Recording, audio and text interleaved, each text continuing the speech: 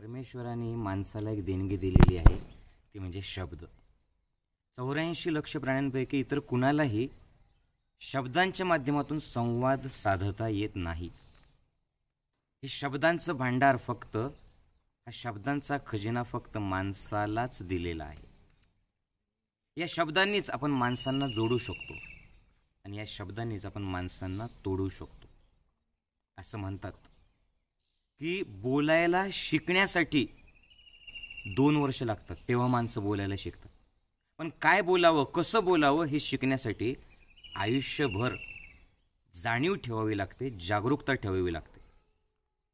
जे लोक आपल्यापासून तुटले त्यातले बरेचसे लोक केवळ आपल्या बोलण्यामुळे तुटतात. बोलावं कसं? जर आपल्या बोलण्यामध्ये प्रेम असेल, आपले जे शब्द आहेत ते जोडणारे असतील, सर्वांचा आपण आदर ठेवत असू आणि संयुक्तिक बोलत असू, तर नक्कीच माणसं जोडल्या जातील.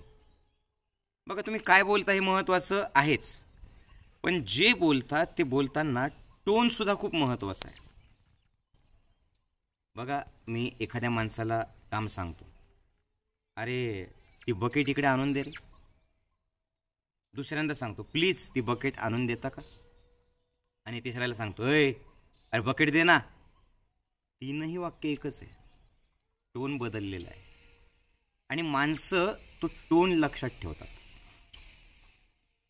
एखादा म्हणेल त्यात काय, बकेट तर मागितली, पण तुम्ही म्हणतात मला त्याचा टोन आवडला नाही. जेव्हा तुम्ही दुसऱ्याला तुमचा नौकर समजता, तुच्छ समजता आणि तुम्ही स्वतः कोणीतरी ग्रेट आहे आणि बाकीचे लोक त्यांनी तुमचं ऐकलं पाहिजे, कारण तुम्ही कुठल्या तरी पदावरती आहेत, त्यांनी येऊन तुमच्याशी बोललं पाहिजे, त्यांनी तुमचं ऐकलं पाहिजे, ते लोक तुमचं ऐकतील तरच बरोबर आणि नाही ऐकणार तर ते चुकीचे. असा भाव ज्याच्यामध्ये आहे ना, तो एकटा राहतो. मंडळी, सर्वसमावेशक बोलणं पाहिजे, हृदयापासून बोलणं पाहिजे. जे मनात आहे, जे अंतःकरणात आहे, तेच त्या शब्दांमधून बाहेर पडत असतं. मनामध्ये जर प्रेम असेल ना, शब्दांमध्ये आपोआप झळकतं, सांगण्याची गरज पडत नाही, प्रेमाने बोल. आणि मनामध्ये जर अहंकार असेल, तुसडेपणा असेल, तर तुम्ही किती जरी गोड गोड बोलण्याचं दाखवलं तरी समोरच्याला तो भाव बरोबर कळतो. आईबापाला लेकराविषयी प्रेमाने बोला, लाड करा हे सांगण्याची गरज नाही, कारण त्यांचं प्रेम त्यांच्या शब्दात झळकतं, कारण हृदयात लेकराचं चांगलं व्हावं असं आहे. जे लोक दुसऱ्याला तुच्छ लेखतात, ज्या लोकांना असं वाटतं की एकटं राहू पण तो नको माझ्यासोबत, असे लोक एकटे पडतात. कुणी त्यांना नंतर साथ देत नाही आणि हेच लोक नंतर दुसऱ्याला दोष देतात. मंडळी, आपल्या शब्दांमधून ते प्रेम झळकू द्या. लोकांना जोडता येईल तेवढं जोडा, कंटाळा करू नका, दुसऱ्याला कमी समजू नका. त्याचे कपडे कसे आहेत, तो कारमधून उतरला की सायकलवरतून उतरला, हे बघितल्यापेक्षा तो माझ्याकडे आलाय, मग त्याला रिस्पेक्टफुली द्या. आदर आणि प्रेम असं आहे, दिलं तरच मिळतं. तुम्ही मनामध्ये जर एक भाव ठेवला आणि ओठांवरती शब्द केवळ दिखाव्याचे, प्रेमाचे असतील ना, तर समोरचा सुद्धा तेच करत असतो. खरी संपत्ती ही पैसे, घरदार, गाडी, बंगला, पैसा ही नाहीये. याचा अर्थ ते कमवायचं नाही असं नाहीये. पण कित्येक लोक असे आहेत की त्या एवढ्या मोठ्या घरामध्ये एकटे राहतात, बोलायला सुद्धा कोणी नाहीये. या सगळ्या भौतिक सुखसुविधांसोबत तुम्ही किती माणसांना कमवलं, तुम्ही किती माणसांना जोडलं, तुमच्या स्वभावातून तुम्ही किती माणसांच्या सोबत जोडल्या गेलात आणि किती माणसांच्या हृदयावरती राज्य करतात, हे महत्त्वाचं आहे.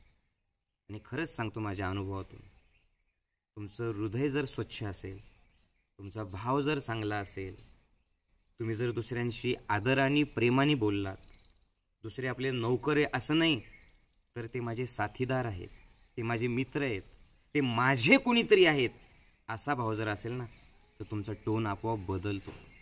बोलताना हे लक्षात ठेवा.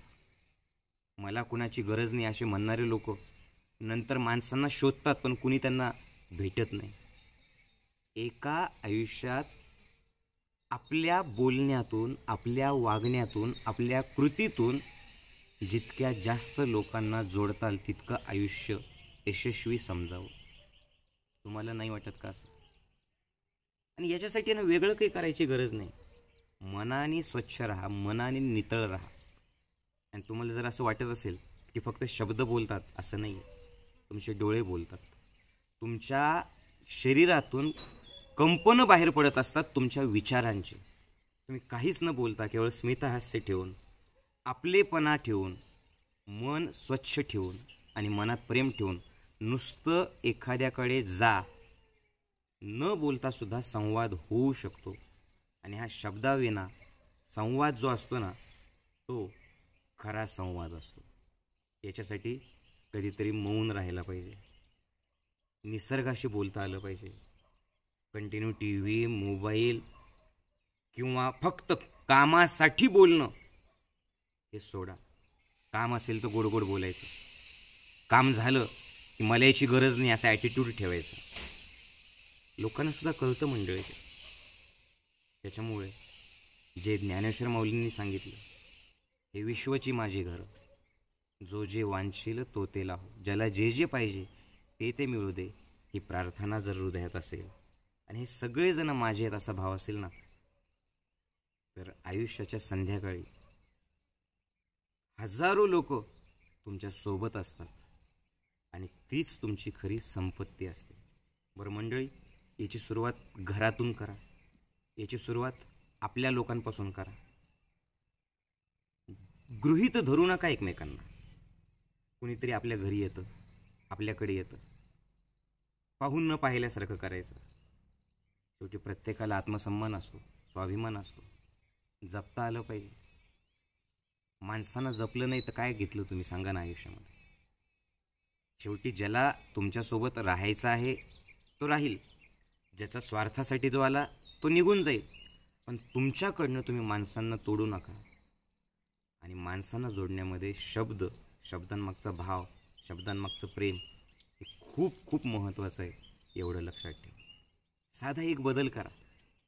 आज दिवसभर ज्यांच्यासोबत तुम्ही बोलताल आत्ताच्या क्षणापासून चेहऱ्यावर स्मितहास्य ठेवा. बरं, आनंदी राहा. बरं, आपलेपणा ठेवा. असं समजा की मी प्रेमाने भरून गेलोय. मुझमे नारायण, तुझमे नारायण, जहाँ देखूं वहाँ नारायण. सर्वांमध्ये परमेश्वर आहे. आणि त्याची सुरुवात घरापासून करा. बघा तुमचा दिवस किती छान जाईल. हे परमेश्वरा, माझ्या आधी सर्वांचं चांगलं होऊ दे.